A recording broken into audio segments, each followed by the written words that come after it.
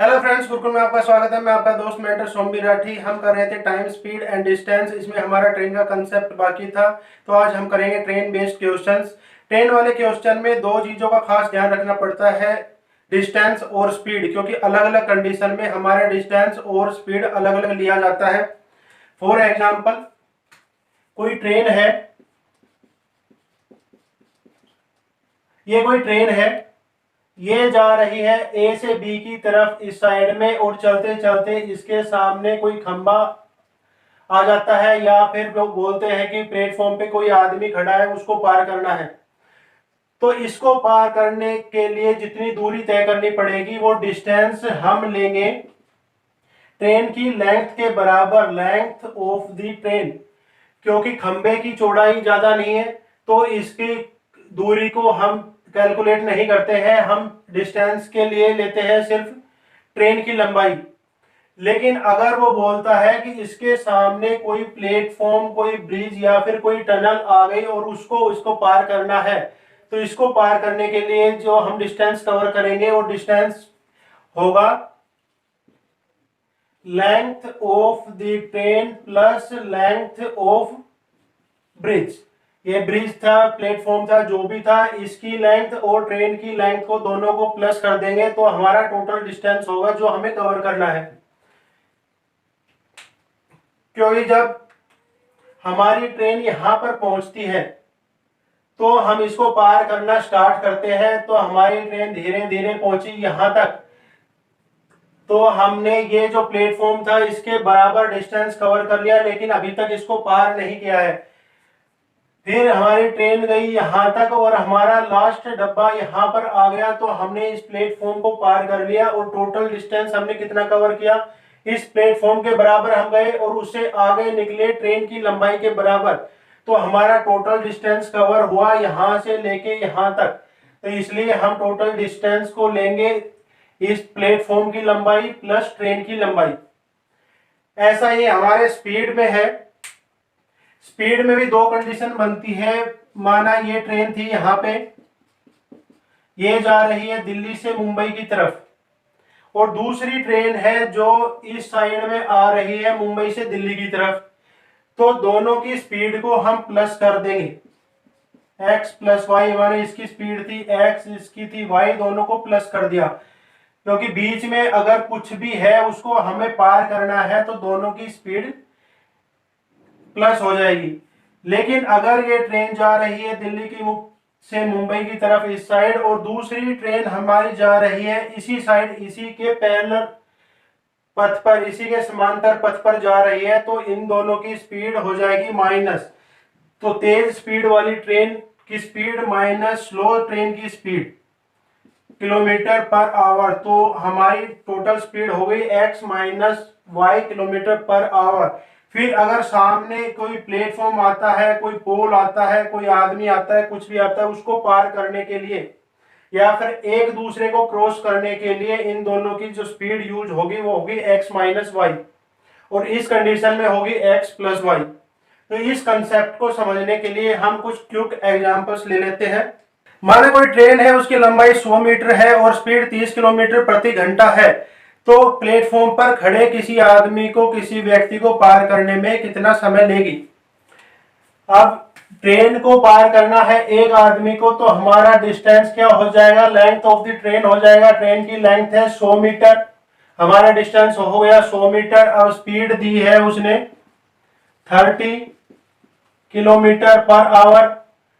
अब हमारा डिस्टेंस है मीटर में और स्पीड है किलोमीटर पर आवर में, तो इसको कन्वर्ट करके हम मीटर पर सेकंड बना लेंगे।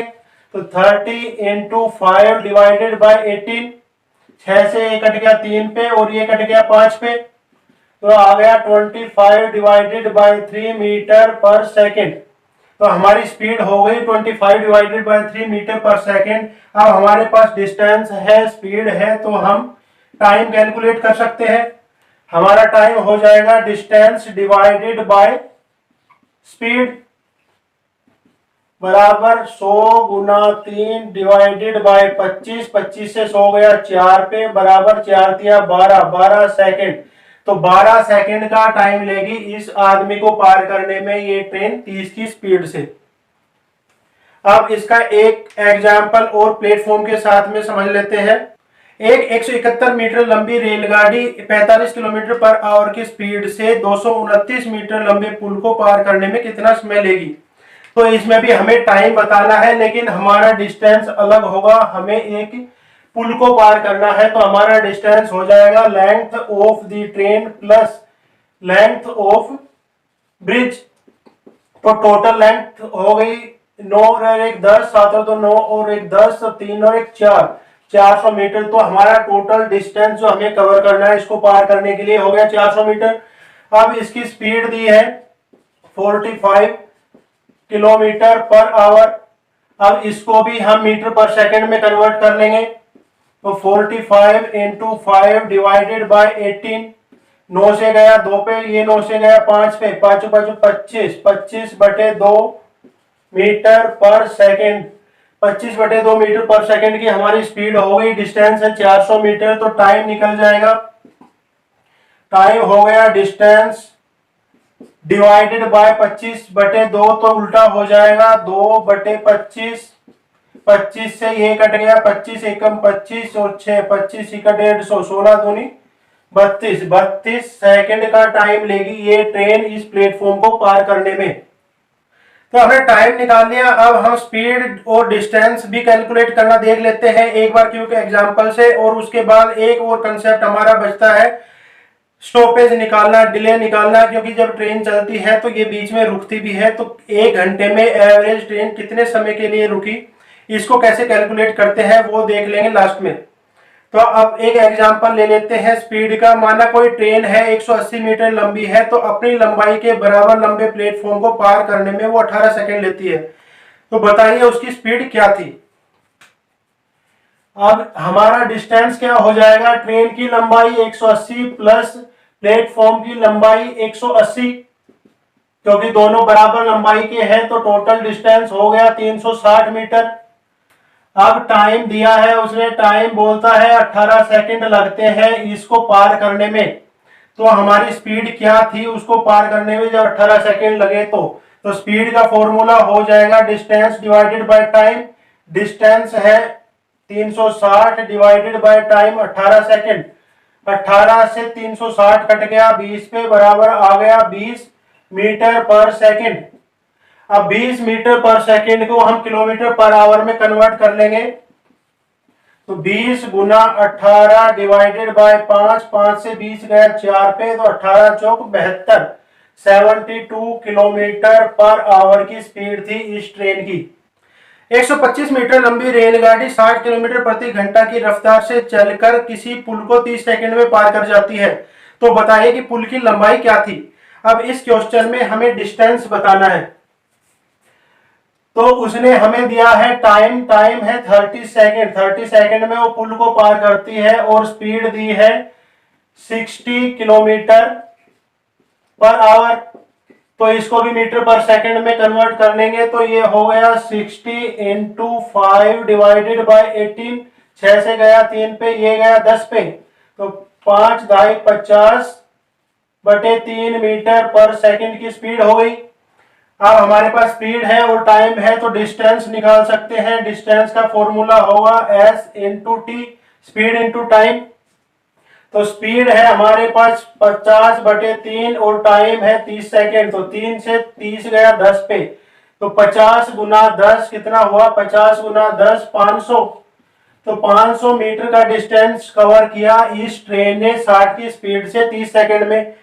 अब ट्रेन की लंबाई दी थी उसने 125 मीटर, लेकिन टोटल डिस्टेंस हमने कवर किया है 500 मीटर। तो बाकी क्या बचा, तो बाकी पुल की लंबाई बची।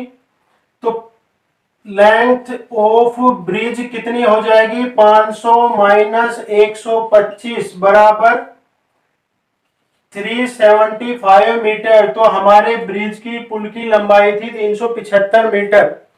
अब हम कैलकुलेट करते हैं स्टॉपेज। जब कोई ट्रेन चलती है तो कुछ समय के लिए प्लेटफॉर्म पर रुकती है, तो हमें देखना है कि 1 घंटे में औसत ये कितने समय के लिए प्लेटफॉर्म पर रुकी।